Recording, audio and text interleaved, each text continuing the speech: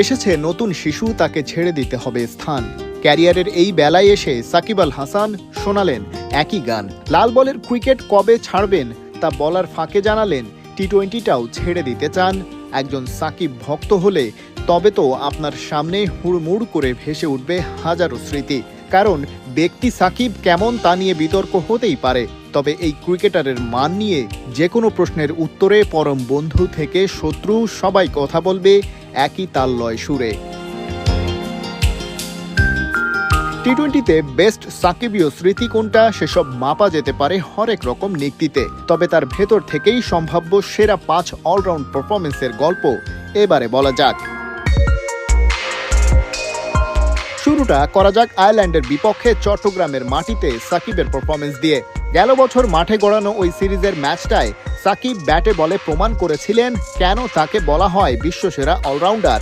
24 বলে 38 রানের মারকুটে এক ইনিংস খেলেছিলেন।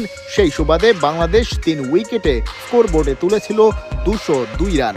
অনেকেই বলবে হালের টি-20 জামানায় এ আর এমন কি, কিন্তু বল হাতেও সাকিব যে মাত্র 20 রানের বিনিময়ে 5 উইকেট নিয়ে ধসিয়ে দিয়েছিলেন আইরিশ ব্যাটিং অর্ডারও। টপ 6 ব্যাটারের 5 জনকেই এই বাহাতি ফিরিয়ে দিলে অতিথিরা থামে 9 উইকেটে 125 রানে। জয় আসে 77 রানের ব্যবধানে। আরও 2 বছর পেছনে যাওয়া যাক, সবখানে তখন মহামারীর দাপট। তার মধ্যেই বাংলাদেশ সফরে অস্ট্রেলিয়া। টি-20 সিরিজটা সেবার মাইটি অজিদের বিপক্ষে 4-1 ব্যবধানে জিতে টাইগাররা সৃষ্টি করেছিল ইতিহাস। সেই সিরিজে এক ম্যাচে সাকিব যেন হয়ে উঠলেন সর্বেসর্বা। মিরপুরের লো স্কোরিং পিচে কোনো মতে 8 উইকেটে 122 রান তুলল বাংলাদেশ। জবাবে সাকিব বল হাতে মাত্র 9 রান দিয়ে তুলে নিলেন অস্ট্রেলিয়ার 4 উইকেট। সফরকারীরা গুটিয়ে গেল 62 রানে। সাকিব তাদের জন্য হয়ে থাকলেন এক মূর্তিমান দুঃস্বপ্ন রূপে। এবারের ঘটনা 2019 সালের। প্রতিপক্ষ টি-20র ডার্ক হর্স আফগানিস্তান।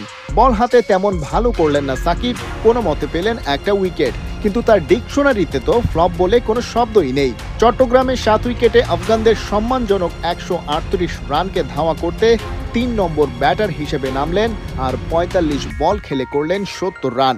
পাক্কা একটা ওভার হাতে রেখেই ম্যাচ জিতল বাংলাদেশ। এই ঘটনার বছর খানেক আগে ডিসেম্বরে বাংলাদেশের ম্যাচটা ছিল ওয়েস্ট ইন্ডিজের বিপক্ষে।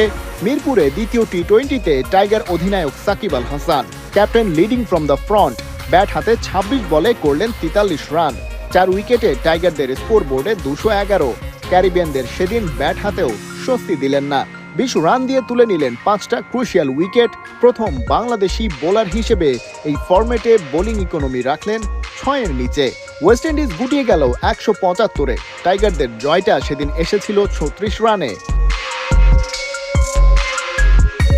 একটু বেশি পেছনের স্মৃতি হাতড়ালে 2012টা তো আজও কারো কারো চোখে জল আনবে। টি-20 বিশ্বকাপে পাকিস্তানের বিপক্ষে ম্যাচটা 8 উইকেটে হারায় সুপার 8-এর স্বপ্ন ভেঙেছিল টাইগারদের। দল হারলেও সেই ম্যাচে সাকিবের উজ্জ্বলতা হারায়নি। আফসোসটা তাই একটু বেশি। ওপেনাররা কাজের কাজ করতে না পারলেও সাকিব ঠিকই দেখিয়েছিলেন নিজের ক্যারিয়ার বেস্ট পারফরমেন্স। 54 বলে 84, 6 উইকেটে টাইগারদের পৌঁছে দিয়েছিলেন 175-এ। ইমরান নাজিরের 72 রানে চড়ে পাকিস্তান যদিও ম্যাচটা জিতেছিল 8 বল হাতে রেখেই। সুখ কিংবা দুঃখের এমন হাজারো স্মৃতির পাহাড় জমা হয়। হিসেবের খেরো খাতা হয় মলাট বন্দি। কালের স্রোতে ধুলো জমে তারপরেও। তবে একজন সাকিবই রয়ে যায়। সত্যিকারের যোদ্ধারা কখনো ঘুমায় না। সত্যিকারের লিজেন্ডও সবসময় আলোয় আলোকিত। টাইগার ক্রিকেটে সাকিব আল হাসান তেমনই এক নাম। খালিদ জামিল, 71।